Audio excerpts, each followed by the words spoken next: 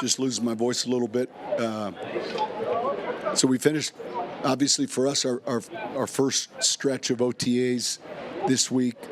Any questions? You were obviously impressed with what you Bo last year and the way you picked things up, but what just sort of different world is it then to have a full offseason? It's a lot different. I mean, we don't use that term pick up where we left off, but just the processing, understanding of what we're doing in and out of the huddle, these 3 days, as you're watching each decision, there where you want the ball to go. I think it's entirely different. What were some of the things? The way you set the calendar and doing your mini camp a week early and kind of Say it again. How much of that just with Bo and so much roster retention went into your calendar? Yeah, each time we look at it, this was the first year that I can ever remember where the calendar potentially would have pushed out another week and would have been just 4 weeks for these guys before training camp. I wasn't going to do that. And so we didn't really even have phase two. We've basically, for 5 weeks, we're lifting and running, and we'll have plenty of time for the football. Coach, with Drew Sanders, since moving from off-ball to edge and now back off-ball, has the vision for him kind of changed in your eyes? No, the vision's clear. Inside linebacker, we think he's a pressure player. So obviously there's ways where you can pressure that guy from a stack position or to an outside position. But, he's doing well handling it.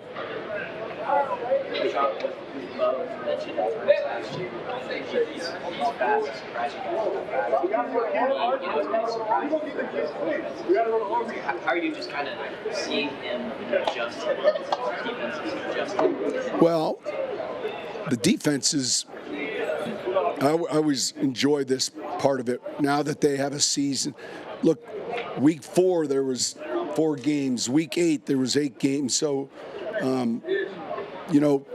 you see different looks based on who you play from an opponent standpoint. But one of his traits that I think serves him well are his feet. He can move, and it's not always a clean pocket. And I think when it gets a little muddy, he makes good decisions. He doesn't hold on to the ball. His sack numbers were really good in college. They were really good last year, and we anticipate that to be the same. So, again, each week within the framework of our game plan, we'll understand what we're trying to do against the defense we play. What were your initial impressions of Buffon out here? Good. Kind of elaborate. Yeah. Well, no, listen, this is, we're not in pads. So when you ask about a safety, it's hard to elaborate when you're not in shoulder pads and helmets, or full gear. Man, he's smart. He's a real good leader. He's played in real good defenses, so he's been a real positive addition and is going to help us a lot. What are the most important things you want to see from Audric Estime here in year 2? Yeah, year 2 for him, just running style, his physicality, the things that got him drafted, the things that we saw. A little bit harder for him last year for a handful of these guys. I don't want to say the grade was incomplete, but they just didn't have enough. He's a back that requires enough touches. He's going to get those opportunities. I know you did coach Demarius, but Demarius Thomas went up against him a couple of times. What would you see of him from afar, and what have you learned since being here about what you? Well, just so many people have talked about not only his football skill set, but his makeup, his leadership, all the things he brought to that team, and it's much deserved, and congratulations, obviously, to all of his family members. It's a great way to pay tribute to someone who was fantastic on the grass, but just as fantastic when he was off of it. What have your conversations been like with John Franklin Myers this offseason? They've been all good. All good. Anything else? Were you any surprise in him not being here? No. This is all voluntary, and so he's had a good off season. Yeah, you signed a couple of free agents, maybe seemingly for special teams, with Sherfield, Sam Franklin. Just talk about the emphasis on, signings and outside free agents. Well, teams and not. we felt like it was important back after the 23 season. One quick way to improve your team.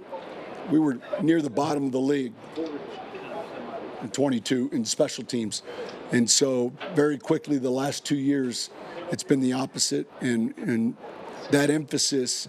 It's easy to say we want to get better in the kicking game, but you have to commit to that. And I've worked with Darren before, and that'll still be a priority for us. Coach, how much does Evan Engram help, especially a young quarterback, but any quarterback, being able to work middle of the field but also outside? I think it helps a lot, depending on the coverages you're getting.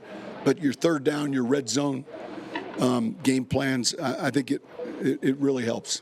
Did you lose your voice in Vegas? No, I just been sick.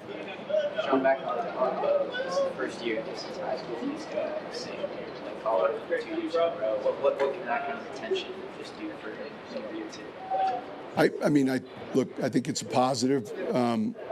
Just the stability in what we're doing offensively, his overall understanding. It kind of goes to the earlier question of him just out here taking the script, going through it, and feeling, almost like the plays can run off his tongue, where a year ago, you were having to repeat it twice. It's a lot different. Sean, your rookies are obviously still very early in this, but what are the expectations from rookie minicamp to then coming out here, like the incremental improvements here? Yeah, we talk about it with them. They're behind, obviously, in a couple areas. Mentally, they're catching up, and then also physically getting acclimated to the weight program, conditioning level. They're 12, 13 workouts behind. They don't have to get there today. They just have to work their way there. So by the time we get going in training camp, we bridge the gap, if you will. You have a guy like Marvin finish the season last year as strong as he did. What does he need to do to sort of maybe not pick up where he left off, but to then take the next step and be that kind of player this coming year? Yeah, we saw him take a big step middle of the year. I think you're going to see those type of ascensions with players like Troy. There's a number of young players competing for not so much spots, but competing for touches, and he's one of them.